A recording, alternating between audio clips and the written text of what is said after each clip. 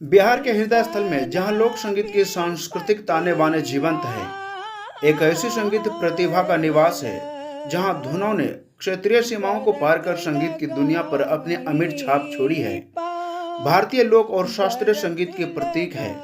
जी हाँ, मैं बात कर रहा हूँ शारदा सिन्हा जी के बारे में। वे न केवल मैथिली और भोजपुरी धुनों के देहाती आकर्षण को सामने लाया है, बल्कि सांस्कृतिक विरासत की एक उत्साहित संरक्षक भी रही है। 1 अक्टूबर 1952 को बिहार के सुपौल जिले के हुलास गांव में जन्मी शारदा सिन्हा की पृष्ठभूमि के देहाती खेतों से लेकर पहचान के भव्य मंच तक की यात्रा उनके अटूट समर्पण और असाधारण प्रतिभा का प्रमाण है। शारदा सिन्हा का प्रारंभिक जीवन बिहार के सांस्कृतिक परिवेश में गहराई से निहित था। बेगूसराय जिले के सिहमा गांव में रहने वाले उनके ससुराल वालों के कारण उन्हें छोटी उम्र से ही इस क्षेत्र की समृद्ध संगीत परंपराओं से परिचित कराया गया था। संगीत के साथ उनका लगाव तब शुरू हुआ जब उन्होंने अपने घर के हरे भरे परिदृश्यों में गूंजने वाले, दिल को छू लेने वाले मैथिली लोकगीतों को अपनी आवाज दी। यह एक संगीत यात्रा की शुरुआत थी जो उनके जन्म स्थान की सीमाओं से कहीं आगे तक गूंजेगी। शारदा की आवाज की लय जल्द ही मैथिली ही नहीं बल्कि भोजपुरी, मगही और हिंदी में फैल गई। प्रयाग संगीत समिति ने उन्हें अपने प्रतिभा दिखाने के लिए एक महत्वपूर्ण मंच प्रदान किया। इलाहाबाद में संस्थान द्वारा आयोजित वसंत महोत्सव में शारदा की कलात्मकता अपने पूरे चरम पर थी, जब उन्होंने वसंत की जीवंतता को समेटे हुए कई गीत गाए। लोक संगीत की अभिव्यंजक शक्ति के उनके गायन के इस जीवंत मौसम के आगमन का वर्णन किया। शारदा की संगीत यात्रा का सबसे आकर्षक पहलू छठ पूजा के उत्सव में उनकी निरंतर भागीदारी रही है। बिहार के सांस्कृतिक लोकाचार में गहराई से समाया हुआ उत्सव छठ पूजा सूर्य देवता को श्रद्धांजलि है। उन उत्सवों के दौरान शारदा के प्रदर्शन ने उत्सव की भक्ति और उत्साह में एक मधुर आयाम जोड़ा है। इसके अलावा केलवा के पात पर उगल सूरजमल झुके झुके और सुना छठी माई जैसे पारंपरिक छठ गीतों के साथ उनकी मधुर प्रस्तुतियों ने इन सदियों पुरानी रस्मों में नई जान फूंक दी, जो संगीत के माध्यम से पीढ़ियों को एकजुट करती है। बिहार के क्षेत्रीय सीमाओं से परे शारदा के संगीत ने हिंदी सिनेमा के मुख्य धारा की दुनिया में भी अपनी जगह बनाई है। प्रतिष्ठित फिल्म मैंने प्यार किया 1989 में काहे तो से सजना के उनके भावपूर्ण गायन ने पूरे देश में दर्शकों के दिलों को छू लिया। इस गाने ने बॉलीवुड में उनकी शुरुआत की और लाखों लोगों के दिलों में उन्हें एक खास जगह दिलाई।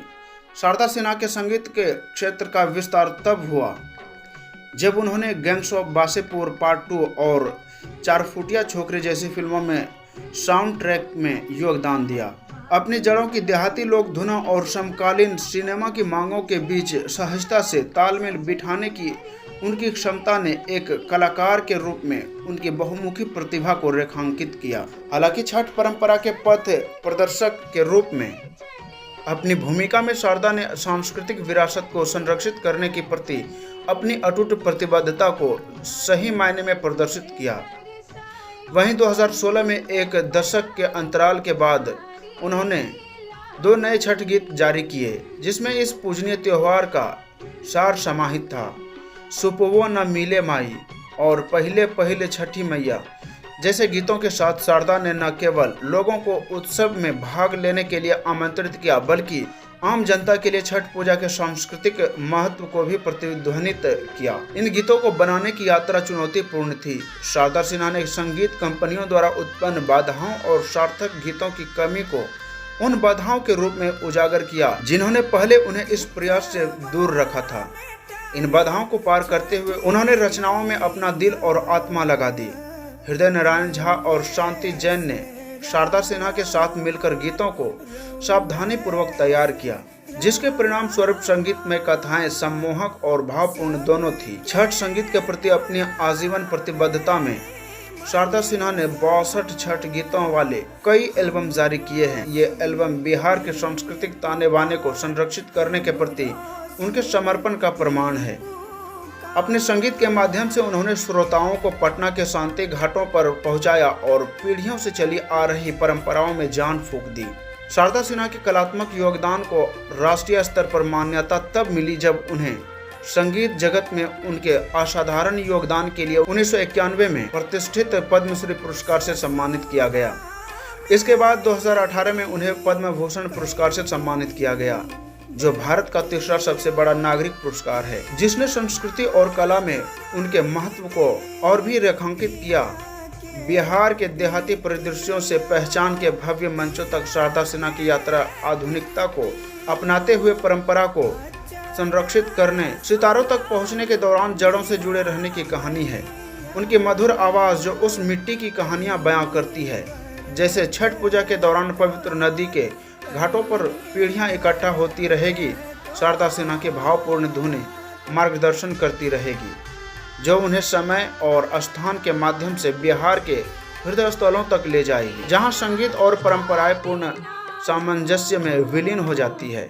आज भले ही हमारे बीच शारदा सिन्हा जी नहीं हैं, लेकिन उनकी यादें हमेशा के लिए जीवित रहेगी।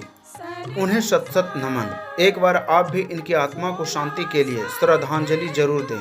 बहुत बहुत धन्यवाद।